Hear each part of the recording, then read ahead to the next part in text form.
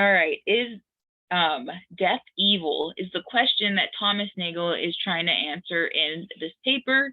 Thomas Nagel is a little bit more contemporary, a lot more contemporary than Socrates and Hume and Plato, but he's one of the, I think, my favorite philosophers. His writing is just really clear, and he really just kind of follows the logic where it goes, even if it's a conclusion that is kind of wild. And so another one of his favorite famous papers, he has tons, but what is it like to be a bat? So that one, again, I cover that one in my Minds and Brains course.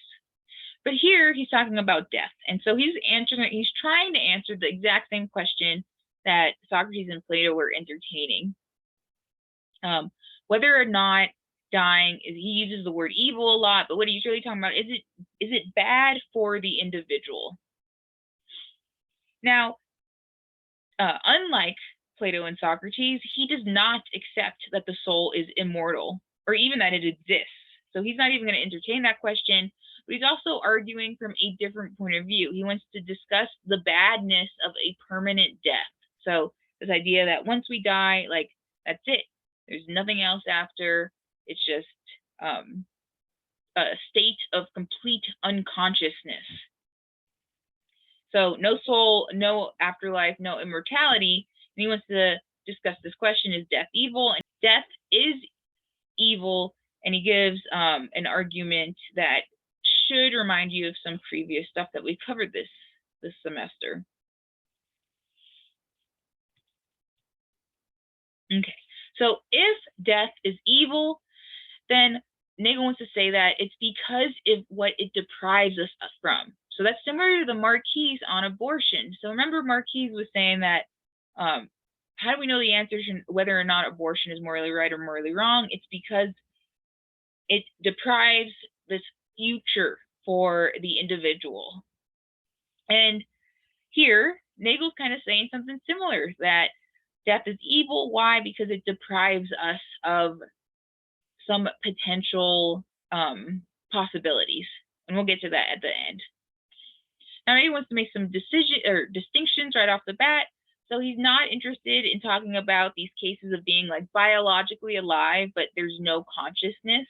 So like people in like a permanent vegetative state versus someone who's dead. He wants to say, like, at the conscious level, it's the same. And that, like, for the individual, it seems like they're both, like, there's no difference for the subjective experience of the individual, which I think I kind of agree with. I mean, I've never been in either of these states, but it does seem like a permanent vegetative state, the brain damage, brain dead, this totally unconscious state versus death, that they're, at least from the subjective point of view, the same. He also wants to argue from this assumption that more of a conscious life is better. So we, in terms of like looking at a time, if we have 1 year versus 5 years of a conscious life is better than 1 year of a conscious life. So the more, the better. And because he thinks consciousness is what's good about life.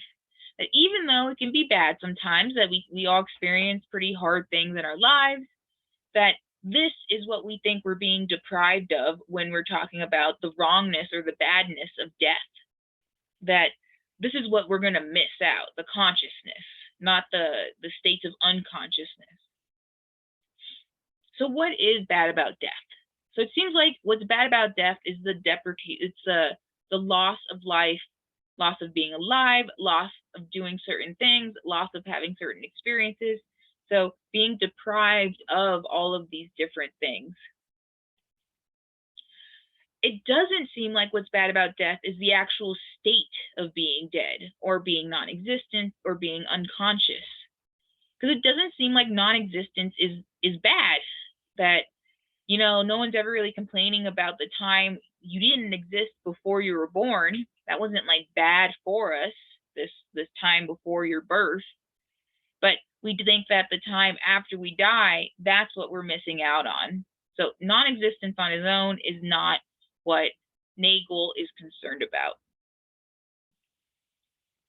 Because first of all, he wants to say, what's it like to be dead? And he thinks it's logically impossible to imagine this state because there's nothing to imagine. And I mean, try to imagine right now nothingness. Maybe you imagine this like pitch black room, but notice a pitch black room is something. So maybe it's just pitch blackness, like when you close your eyes and it's just blackness. But that's still something. Like blackness is a thing. Blackness is a property. It's a color. So to try to imagine nothingness is, I kind of agree with Nagel here again. It's impossible. That no matter what we try to bring into our mind's eye, that thing is going to have some properties. So to take away all the properties of something and have true nothingness is, it's impossible. If you don't fear the state of being unconscious, then it seems like you have no reason to fear the state of being dead. Because again, he wants to say that they're the same state, that the permanent vegetative state versus being dead, the subjective experience is the exact same, which is nothingness. And we're not afraid of becoming unconscious. I mean, when we're sleeping in that deep sleep without any dreams, that's a pretty unconscious state. We're not afraid to fall asleep at night. And then he talks about like, kind of like getting frozen, that like freezing yourself and then waking yourself up in like 50 years. He says that state of unconsciousness, doesn't seem bad, especially if we know we're going to wake up in 50 years. Like that doesn't seem like a bad thing to be unconscious. So if we're not afraid of that state of being unconscious, then we should have no fear of that state of being dead. So if death is bad, it's because of the loss of life. So it's not the state of being dead, it's something else, and it has to be the loss of this life. And there are 3 different problems that Nagel addresses from viewing death this way. So the first is, can anything be bad for someone without it being positively unpleasant to him? So what does that mean? It means that someone needs to be conscious of the deprivation in order for the deprivation to be bad for them. But if we're dead, we're not conscious. And so if we're not conscious, then we don't experience the deprivation. And it's this idea that, what you don't know can't hurt you, or ignorance is bliss. So I have this example of the ignorant businessman. So he seems like he's living his best life. He has a wife. He thinks he has a wife that loves him. He thinks he has kids that love him. He has this great business partner, and he's just like super happy all the time. He, like I said, living his best life. But little does he know that his wife is cheating on him, and his kids hate him. They're just waiting till the day he dies so they can get his money. And his business partner is ripping him off. But the businessman doesn't know any of that. And he's never going to know any of it, that his wife will continue to love on him even though she is cheating on him, because she, wants to keep with the money that he has. So she's always really nice to him. And she never tells him, and he never finds out. And the kids hang out with him. They go fishing and they go to the movies. But they just do that so that he keeps them in the will. But he doesn't know that. So he has all these great experiences with his family. And his business partner always gives him enough money that it makes it look like he's, making a lot of money, but, the businessman's keeping like 90% of it to himself. And this business guy just does not know. He doesn't know any of it. So he dies super happy, at least subjectively happy. Looking in from us, it looks like his life's horrible. But for him, for his experience, which again, like this topic is talking about, is it bad to die for the person who dies, not the people around looking down? Is it bad for the businessman for himself, not the people around him? And it seems like there's one answer that wants to say that no, it's not bad for him, that his subjective experience is what matters, and what he doesn't know doesn't hurt him. If he's not hurting, if he's not suffering, then it's not bad. So it's very, again, utilitarian, that suffering's bad, happiness is good. If he's not suffering, it's not bad. When you're dead, you're not conscious. When you're not conscious, you can't suffer. And so if you're not suffering, then it's not bad to die either. So that's the idea here. And then he gives this example of this intelligent man reduced to an infant. So we can imagine that we have this smart guy, and he unfortunately has an accident, suffers a brain injury, and he becomes someone with the intellect of a content infant. So exactly how he was when he was like 3 months old, just a really happy baby, but he's a grown man. Many want to say that this is bad for everyone around the man, which is probably going to be better for everybody around him because, they lose a friend and they lose a loved one in a sense because he's no longer able to communicate with them and share his intellectual ideas. But they also want to say that it's bad for the man himself. But the question is why?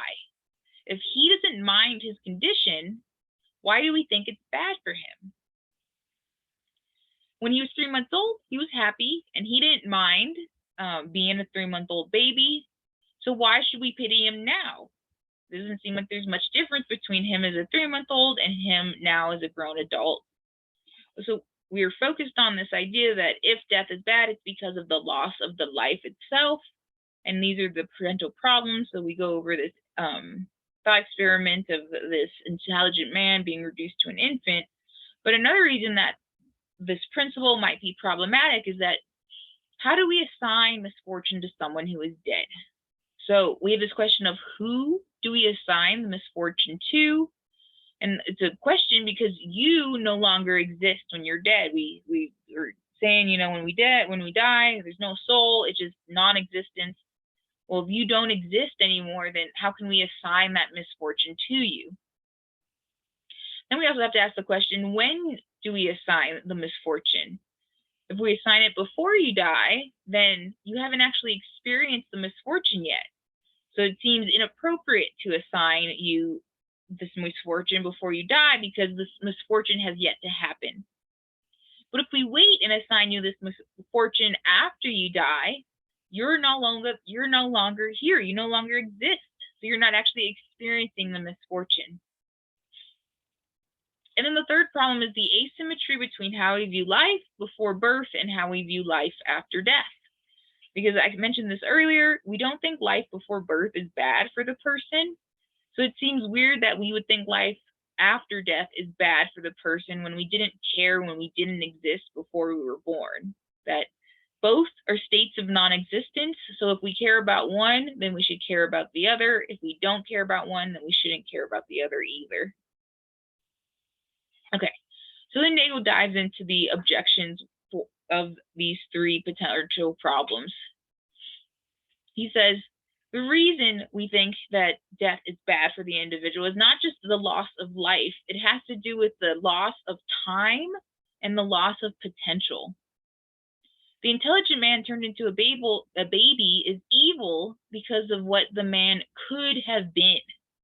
And we have this contrast between reality and possible alternatives, that every single person, there's an infinite number of possibilities of where your life can turn out.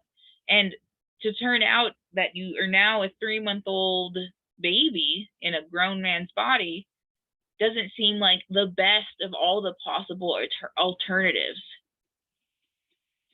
It's all these hopes that aren't fulfilled. It's all these possibilities that haven't been realized.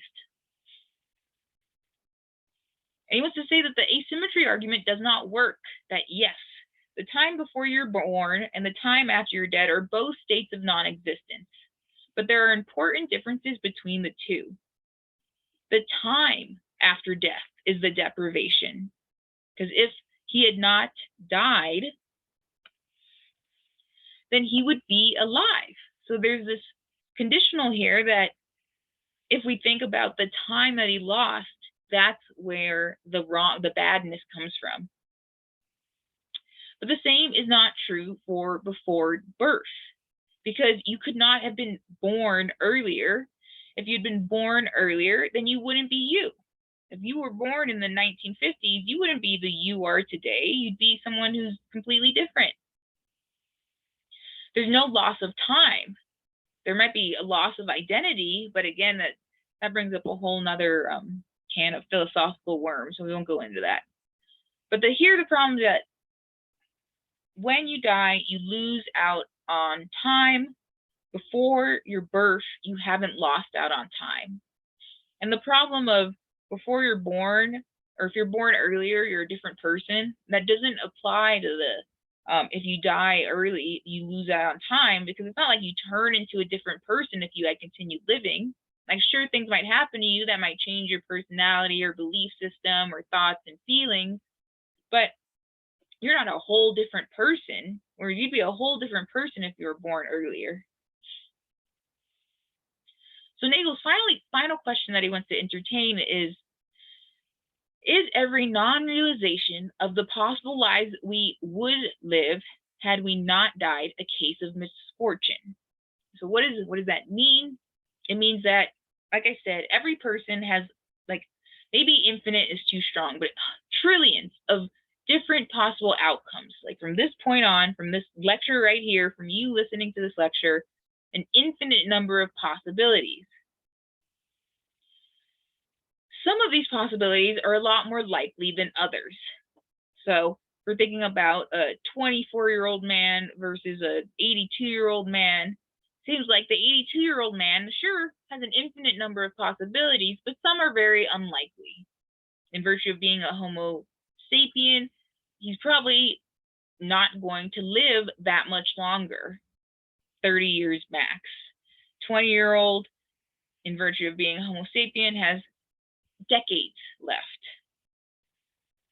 So infinite possibilities for both, or at least trillions for both, but they're not, a lot of these possibilities are not very likely for the elderly person, and a lot of the possibilities are, or at least more of the possibilities are more likely for the younger person.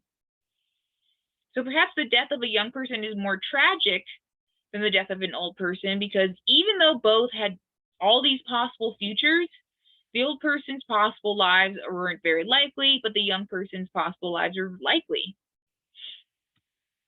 But Nagel rejects this. So the idea here is that we're humans, we're Homo sapiens. Even though we have this limited, open-ended future, death is inevitable for all humans. We're not the kind of species that's immortal, or even, like a species that lives a super, super, super long time, hundreds of years. It's just not the type of creature that we are. So should we really be classifying certain deaths as misfortunes when it's impossible to prevent death? If it's something inevitable, how are we going to ascribe badness to it? But Nagel wants to say every single individual is a subject to a life, your own life, your perspective. And we all have these limitless, open-ended futures. So death, regardless of how natural it is, regardless of whether it happens when you're young, whether it happens when you're old, is evil, because we're deprived of this subject of a life. That the old person still has a subject of a life with limitless, open-ended futures for them. And it's wrong, it's bad when they die, regardless of circumstances or anything like that. But do note this requirement of consciousness for Nagel's view, because I do think it's consistent to say that he values death, and he's going to say that suicide is wrong because you're depriving yourself of the subject to a life, and that you're depriving yourself of this time and this potential. But the person in the permanent vegetative state, if they're really the same as the person who's dead, then it doesn't seem like he's going to be anti-euthanasia. Okay, the last video will be Hume, and then we're done.